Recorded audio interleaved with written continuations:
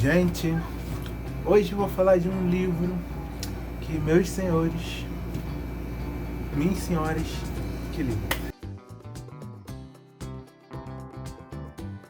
Fala enlouquecidos, gente! Hoje eu vim aqui para poder fazer a primeira resenha deste canal. Vou explicar para vocês como que surgiu aí esse rolê, beleza?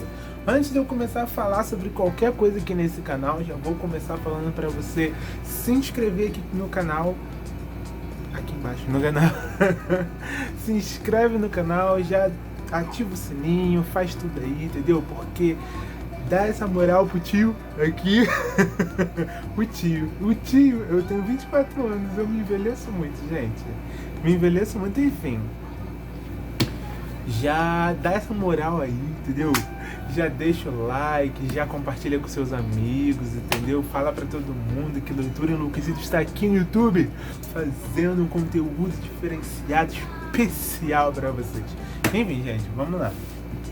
Eu queria falar pra vocês, vamos começar já falando sobre isso, que eu estava no Twitter um dia desses, zapeando lá, e comecei a conversar com o Juras, do canal Juras Go. Vou deixar aqui embaixo o link pro canal dele, é esse menino aqui. Enfim. E a gente estava falando justamente sobre o fato de 90% praticamente dos livros de romance de época terem protagonistas brancos, todo mundo é branco, todo mundo é hétero, enfim. E aí a gente estava conversando justamente sobre isso e a gente foi conversando, falando sobre o fato de que existem romances de época com personagens principais protagonistas negros, só que são pouco explorados, as pessoas não veem muito, não falam muito sobre esses livros, justamente porque trata muito, quando você fala de um romance de época com um protagonista negro, automaticamente você tem que falar sobre a realidade daquela pessoa. Então você obviamente vai acabar esbarrando em casos como racismo, escravidão, enfim. Mas de qualquer forma, eu me recordei que eu havia recebido da editora School o e-book de um livro chamado Uma Donzela na Senzala. É este chuchu aqui, que vocês estão vendo neste momento aqui do meu ladinho. O que acontece?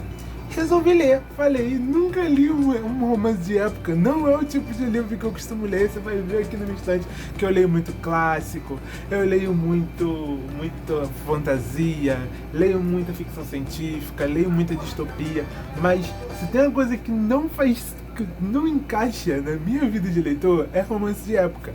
Mas eu falei, vamos dar uma chance, né? Eu quero poder falar sobre isso com propriedade. E aí, meus amigos, eu peguei o livro para ler, né? É um e-book, no caso, peguei Uma Donzela na Senzala. Caramba! Uma Donzela na Senzala para ler.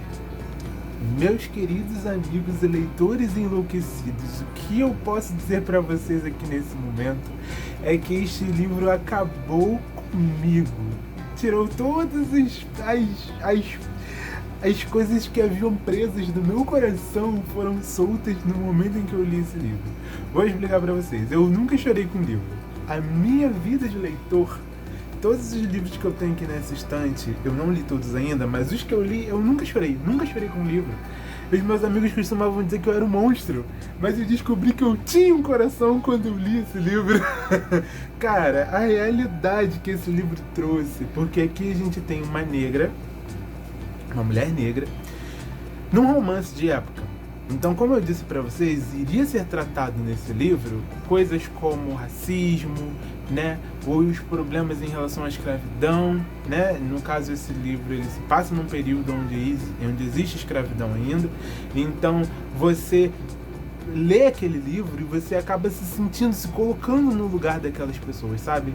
Você lê determinadas coisas nesse livro, você lê partes específicas do livro e você consegue se ver ali naquele lugar, sabe? Ali naquele momento. Coisas como, por exemplo, o desespero, por exemplo. O livro trata de uma negra, donzela, que tem o sonho de se casar virgem. Ela é virgem, ela tem 26 anos e ela tem o sonho de se casar virgem, só que isso é uma realidade irreal, levando em consideração a realidade que aquela negra vive. Que é justamente o fato de que naquele momento, naquela época, era muito comum que as mulheres que eram escravas, elas fossem estupradas e a sociedade via isso como algo comum, não estavam nem aí.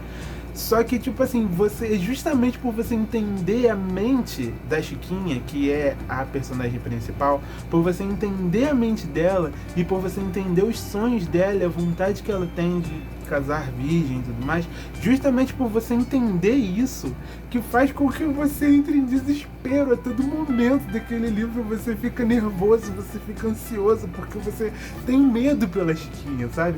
Porque você sabe que por mais que você queira entrar ali e defender aquela personagem, que você tenha se apaixonado por aquela personagem, você quer defender ela com todas as forças do seu ser, você sabe que você não pode, e mesmo que você estivesse naquele momento daquela história, se você estivesse existindo naquele momento daquela história, você também não ia poder fazer nada, porque a situação que a sociedade se encontra naquele momento aceitava esse tipo de coisa, aceitava esse tipo de informação. Então, tipo assim, é surreal.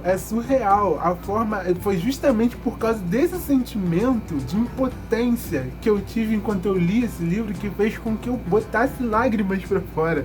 Porque eu ficava pensando, enquanto eu li o livro, eu ficava pensando, gente, essa era a sociedade há, sei lá, menos de 200 anos atrás, sabe? Isso era algo comum. As pessoas achavam que isso era lindo e que se dane, sabe? O ser humano, entende? E isso... Ai, eu começo a me empolgar falando do livro, desculpa, gente.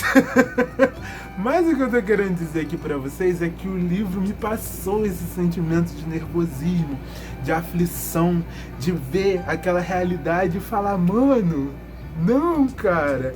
E tipo assim, existiam situações específicas da história onde a comunidade, sabe, a comunidade negra repassavam ideologias, frases, palavras específicas que eram absurdamente racistas. Mas eles repassavam isso porque para eles era comum. A comunidade deles já vivia isso há anos, sabe? É uma coisa que eu estive conversando com alguns amigos meus um dia desses, que é justamente isso. Agora falando sobre a história do nosso país, o primeiro navio negreiro, se eu não me engano, posso estar enganado, posso estar equivocado aqui, o primeiro navio negreiro que chegou no Brasil chegou por volta de 1535, 1532, 1535, por aí, e a escravidão só foi abolida em 1888. O escravo de 1888 não sabia o que era liberdade. Ele não entendia a ideia de liberdade, porque a escravidão para ele já era algo comum. Era algo tipo assim, do dia a dia dele. Ele entendia que ele, na cabeça dele, ele entendia que ele nasceu para ser escravo e que ele ia morrer escravo. Entende? Isso é surreal. Nesse livro você consegue ver isso de forma muito clara. E isso só me deixava mais aflito. Tem 5 estrelas favoritas desse livro. Porque eu falei, gente, nunca. Eu acho que faz anos, muitos anos que eu não vi um livro, que eu não li um livro que me fez eu me sentir desse jeito, sabe? De devorar o livro, de ficar com ódio do vilão, da história, de querer entrar e socar a cara dele. Entende?